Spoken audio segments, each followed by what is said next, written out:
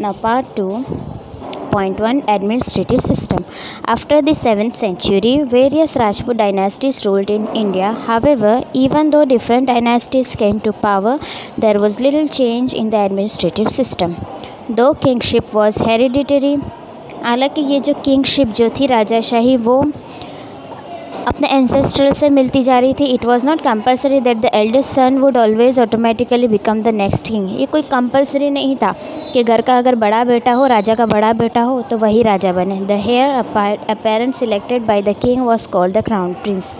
जो सिलेक्ट किया जाता था वही क्राउन प्रिंस बनता था. In some cases even people and ministers elected or selected their king. For example, while in Kashmir, king Yashaskarta was selected and enthroned by the Brahmin group. In Gujarat, Kumarpal was selected as the successor by the Council of Ministers. तो इस तरह elect करके भी select किया जाता है. The ministers were appointed to assist the king to administer and manage the kingdom effectively. Yet at times, people became victims of poor or wrong administrative policies. तो इस तरह कभी कभी ऐसे लोग भी आ जाते हैं राज में कि जिससे लोगों को गरीबी और रॉन्ग एडमिनिस्ट्रेटिव पॉलिसीज़ का भी सामना करना पड़ता है. Administrative system in the villages. Village institutions were very important during the medieval period. The panchayat looked after its administration. The head of the panchayat was called mukhi or sarpanch, and he was responsible for protecting and delivering justice to the villagers. His was the final word. Still, in many cases, the Gram Sabha would also give verdict and punish culprits. Even today, at the village level, the Gram Panchayat or the elders of the Panchayat provide guidelines to the people. तो गांव में ना एक system होती है कि सरपंच जो होते हैं ना वो हेड होते हैं, पंचायत बुलाई जाती है. कभी अगर कोई केस हो जाए तो इस तरह जो है पंचायत बुलाई जाती है और सरपंच जो होता है वो उन्हें डिसीजन देते हैं. At that time land revenue was the main income of the kingdom. Each kingdom had different ways of collecting land revenue, but usually the sixth part of the cultivation was taken as the land revenue. Apart from this, other taxes were also levied on the people. Different officers were appointed for different activities. Moreover, taxes were collected at ports and octroi points. Landlords collected the tax and paid tribute to the kings. तो इस जो ज़मींदार होते थे उनको ज़्यादा income पाते थे और इस तरह वो टैक्स वसूलते थे और किंग को भी देते थे. Second point, literature. During the Rajput age there was a lot of religious writing as well as literature of various kinds. Scholars and education received great patronage from Kings.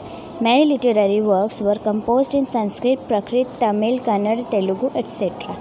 तो उस समय के राजा को भी क्योंकि इसमें इंटरेस्ट था इसलिए उन्हें ज़्यादा ऑनर मिलता था. The great Sanskrit poet mug composed the epics Shishupal Vad. This epic describes the killing of Shishupal by Sri Krishna. Similarly, another poet, Sriharsh, wrote the epic Naishad Charitra, which is about the story of Nal and Damayanti. Even songs by Radha and other gopis sung in praise of Lord Krishna were presented in a lyrical manner. तो Lord Krishna के बारे में ज़्यादा literature उस वक्त में लिखा गया और सिंग किया गया, ये हम कह सकते हैं.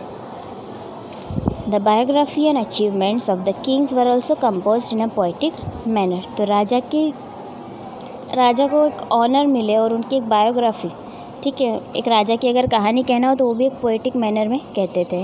Hemchandracharya wrote Kumarpal Charitra based on the life of Solanki king of Gujarat Kumarpal, and a grammar book Siddhem Shabdanushashan, as the title indicates, the names of King Siddharaj Jaisingh and Hemchandracharya are associated with this book. This book was considered so important that it was placed on an elephant during a procession in Patan.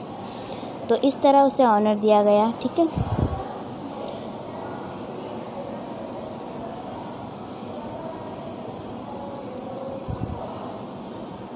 Not only poetry but plays were also written during that time.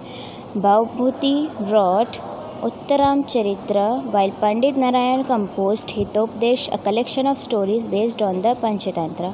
Panchatantra है ना, इसके अंदर यानी ऐसी कहानियाँ हैं जो हमें कहानियाँ तो इंटरेस्टिंग है और उसके बाद हमें कुछ लेसन्स भी मिलते हैं, जो अगर हम एक बार पंचतंत्र भी पढ़ते ना तो हमें बहुत सारे मॉरल इकट्ठा मिल सकता है। Either your school or a nearby library must be having books containing collection of stories or folk tales.